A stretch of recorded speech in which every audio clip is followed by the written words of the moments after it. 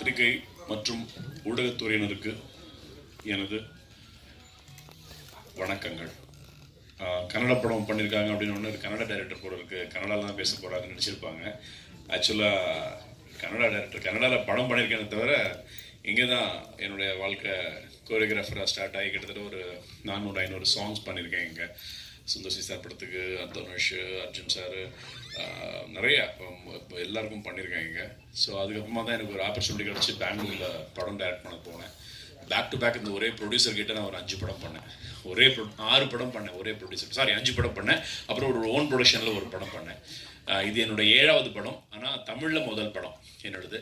So basically எனக்கு பெங்களூரில் ஒரு ஆக்ஷன் ஃபிலிம் டைரக்டர் அப்படின்னு சொல்லிட்டு ஒரு பேர் இருக்குது என்னுடைய. அது அங்கே அதுக்கப்புறமா அந்த பேரோட நம்ம இங்கே வரும்போது ஒரு பெரிய படம் பண்ணணும்னு தான் நான் ஆசைப்பட்டேன்.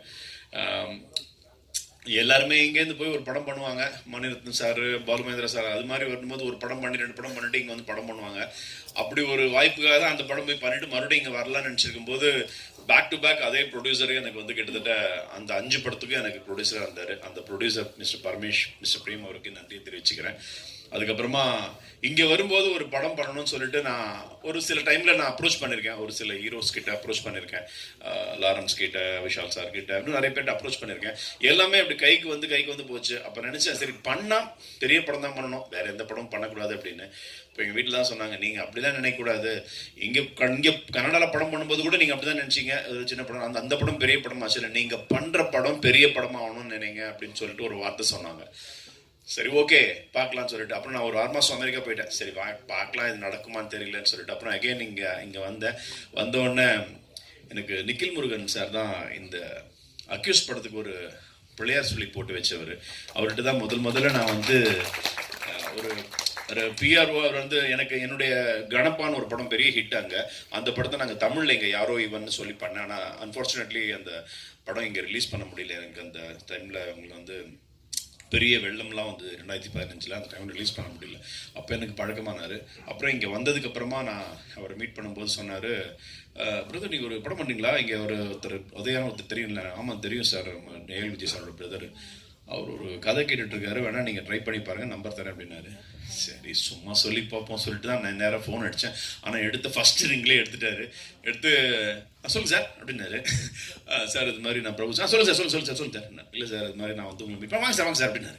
இம்மீடியட்டாக உடனே நேராக ஆஃபீஸ் போனேன். சொல்லுங்கள் சார் அப்படின்னாரு. அப்படியே சார் இது மாதிரி படம் பண்ணோம் சார். ஆமாம் சார் சொல்லுங்கள், வச்சுருக்கீங்களா சார்? கதை வச்சுருக்கேன். ஆமாம் சார் மாதிரி சார்.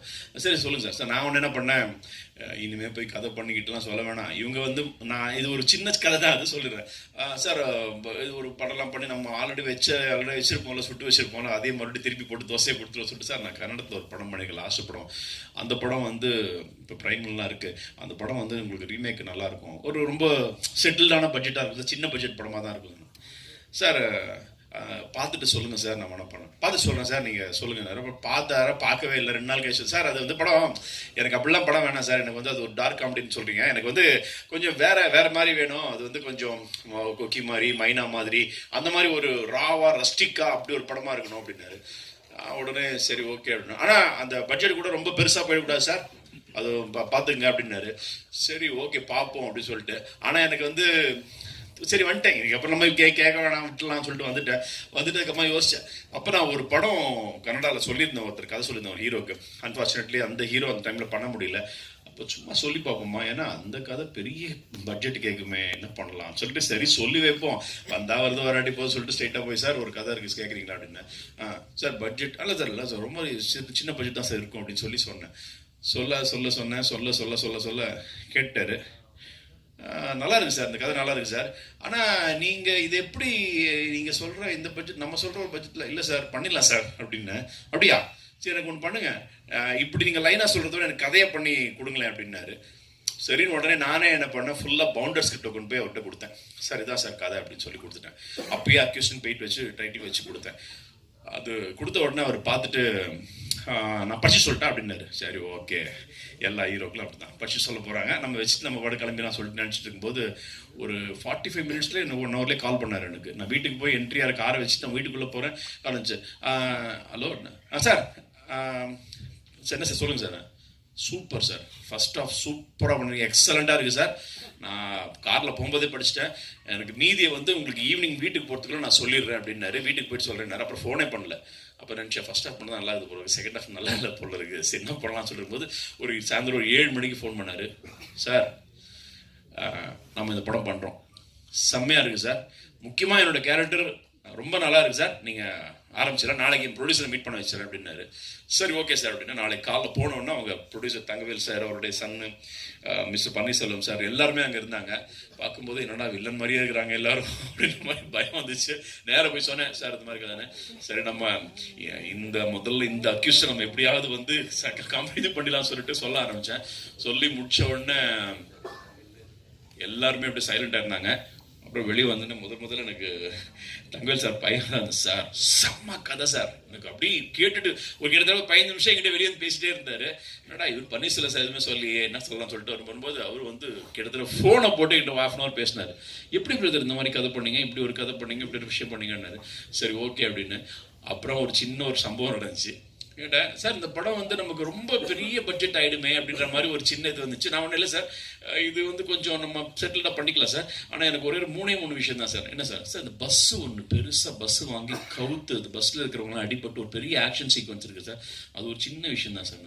அப்புறம் சார் அதுக்கப்புறம் ஒரு பெரிய ஒரு என்கவுண்டர் சீன் இருக்குது சார், அது ஒரு இன்டர்வல் பிளாக் முன்னாடி பெரிய என்கவுண்டர் சீன் வரும், அது ஒரு சின்ன விஷயம் தான் சார். அதுக்கப்புறம் சார் வழக்கம் போல கிளைமேக்ஸில் ஒரு பெரிய ஃபைட் இருக்கும் சார், ஒரு 3-4 நாள் ஒரு படம் இருக்கும். இதெல்லாம் இத்தனோடு சொல்கிறீங்களே, இதெல்லாம் எவ்வளோ பெருசாக வரும் தெரியுமா உங்களுக்கு அப்படின்னாரு. இல்லை சார் நம்ம பண்ணிடலாம் சார், அது சின்னதாக பண்ணிடலாம் சார். சரி பார்ப்போம் அப்படின்னு சொல்லிட்டு வெளியே வந்து நம்ம கோடைரக்டர் சங்கர் தான் இருந்தார்.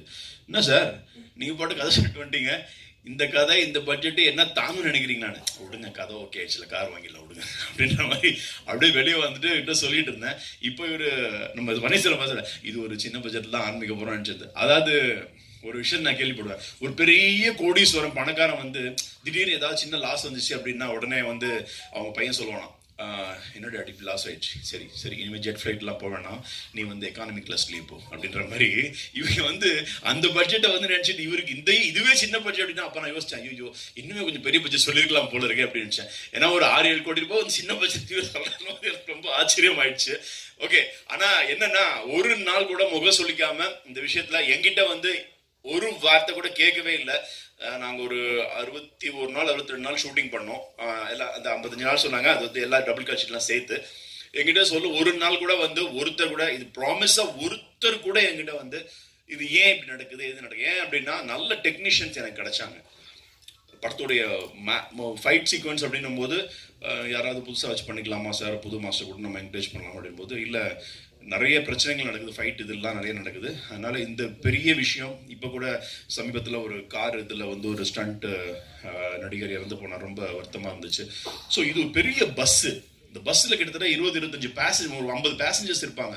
பஸ்ஸை கவுக்கும் போது வந்து நான் என்ன நினச்சேன், முதல்ல பஸ்ஸு கொஞ்சம் இவங்க பட்ஜெட் ஓகே பண்ண மாட்டாங்க, கொஞ்ச நேரம் கழிச்சு ஃபோன் பண்ணுவாங்க, சார் பஸ்ஸு கவுக்கலாமா சார், அப்படியே பிரேக் அடிச்சு போய் மரத்தில் மோதி நிற்குதுன்ற மாதிரி வச்சுக்கலாம் சொல்லுவாங்க. பார்த்தா கடைசி வரைக்கும் உதயா சார் வந்து இல்லை அது அப்படிதான் நாங்கள் பண்றோம்னு சொல்லி நான் என்ன சொன்னேனோ அது அன்னைக்கு அப்படியே அந்த விஷயத்த பண்ணாரு. அதுக்காக ஸ்டன்ஸ் இல்லை மாஸ்டர் உள்ள கூப்பிட்டாங்க. அப்பயே எனக்கு கொஞ்சம் பாதி பாரம் இருந்துச்சு. ஏன்னா மாஸ்டர் வந்தோடனே நான் முதல்ல ஒரு 4 to 5 daysக்குள்ள இந்த பஸ் சீக்வன்ஸ் முடிச்சோன்னு. இல்லை சார் இவ்வளோ பெரிய விஷயத்த பண்ணிட்டு 4 to 5 days எப்படி முடிக்க முடியும் சொல்லுங்க, நீங்க சொல்லுங்க, நீங்க எவ்வளோ படம் பண்ணி சொல்லுங்க, எப்படி பண்ண முடியும்? இல்லை சார் இல்லை விடுங்க நான் பார்த்து விடுங்க அப்படின்னாரு. கிட்டத்தட்ட ஒரு 8-9 நாள் இந்த பஸ் சீக்வன்ஸ் பண்ணோம். அதுக்கப்புறம் ஒரு 2-3 நாள் டாக்கி அந்த பஸ்ஸுக்குள்ள நடக்கிற மாதிரி, கிட்டத்தட்ட ஒரு 10-12 நாள் இந்த பஸ். இதுக்கு வந்து நாங்கள் வந்து நீங்க நம்ப மாட்டேங்க, ஒரு 3 பஸ் மாத்திருக்கோம். அந்த 3 பஸ்ல அந்த பஸ் ஓனர்ஸ் வந்து எங்களுக்கு வந்து கீழே வண்டியை உழத்துக்கு கொடுக்க மாட்டேன்னு சொல்லிட்டாங்க. அதனால அப்படிலாம் கொடுக்க முடியாது சார், அது வண்டிலாம் ரொம்ப கஷ்டம்னோன்னா இவங்க ஒரு பஸ்ஸையே வாங்கிட்டாங்க. ஒரு பஸ்ஸை வாங்கி அந்த பஸ் தான் அது ஓடுற பஸ்ஸை வாங்கி அந்த பஸ்ஸை கவுத்து விட்டுட்டு அதுக்கப்புறமா அது இப்போ ஸ்கிராப்ல தான் போயிடுச்சு. அப்படிதான் நடந்துச்சு. ஸோ அந்த மாதிரி ஒவ்வொரு சீக்வன்ஸ்லையும் எனக்கு அந்த மாதிரி நல்ல ஒரு சப்போர்ட்டிவா அந்த படத்துல இருந்தாங்க. எனக்கு இதுக்கெல்லாம் மெயின் காரணம் வந்து அந்த உதயா சாருடைய அந்த இனிஷியேட்டிவ். எல்லாருமே அந்த ஒரு கதாநாயகன்னா அப்படி சொல்லிட்டு ஓகே பண்ணிடுங்க, என்னோட இன்ட்ரோடக்ஷன் நல்லா இருக்கா அதுன்னு சொல்லிட்டு போயிடுவாங்க. அப்படின்ற மாதிரி போயிட்டு இருக்கும், அப்படியே போயிடுவாங்க. அதுக்கப்புறமா இந்த படத்தை முதல்ல நான் கேட்கும்போது, சார் இந்த படத்துல பேரலா உங்க கூட ஒரு கேரக்டர் டிராவல் பண்ணோம், it's kind of second hero மாதிரி தான் சார், ஆனா பயங்கர வெயிட்டேஜ் இருக்கும் அப்படின்னு சொன்னாரு. ஸோ அதான் படிச்சுட்டேன், அது யார் பண்ணலாம் அப்படின் போது கிட்டத்தட்ட நாங்கள் நிறைய ஹீரோ கிட்ட பேசினோம்.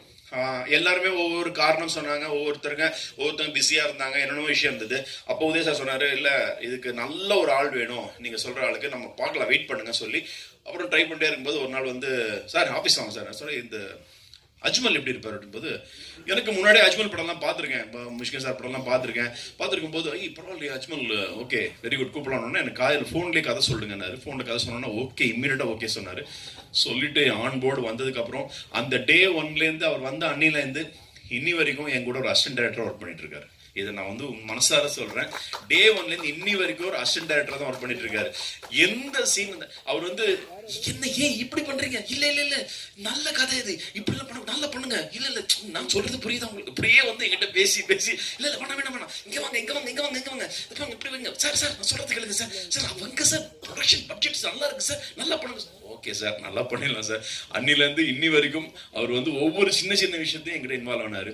அதே மாதிரி யோகி பாபு சார், இந்த படத்துக்கு ஒரு கேரக்டர் வேணும், ஆனால் படம் ஃபுல்லாகவும் வரணும். இப்படி ஒரு கேரக்டராக இருக்கும்போது நம்ம வந்து யாரை போடலான்னும் போது சஜஷன் பண்ணிருக்கும்போது உதய சார், பன்னீர் சார்லாம் சொன்னாங்க, சார் யோகி பாபு நம்ம பேசுவோம் சார் அவர் டேட் கொடுக்கறது ரொம்ப கஷ்டம், அவர் எப்படி சார் நமக்கு அவ்வளோ டேட்லாம் கொடுப்பாரு, எனக்கு கிட்டத்தட்ட ஒரு 10-12 நாள் நமக்கு ஒரு டேட் வருது, பரவாயில்லையாட்டுன்னு கேட்டேன்.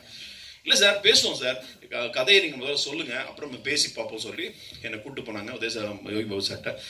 சொல்லுங்கள் சார் அப்படின்னாரு. அவர்கிட்ட யோகி பாபு சார் அப்படியா ஓகேப்பா பண்ணிடலாம் அப்படின்னாரு. ஓகே சார் அப்படின்னு. ஆனால் சார் ஷூட்டிங்கு நம்ம எல்லாம் டெய்லி இவர் வந்து ஒரு நாள் விட்டு 2 நாள் விட்டு 3 நாள் விட்டு தள்ளி பண்ண முடியாது, ஏன்னா இந்த படம் வேற மாதிரி இருக்கு, கூடவே இருக்கணும் அப்படின்னு.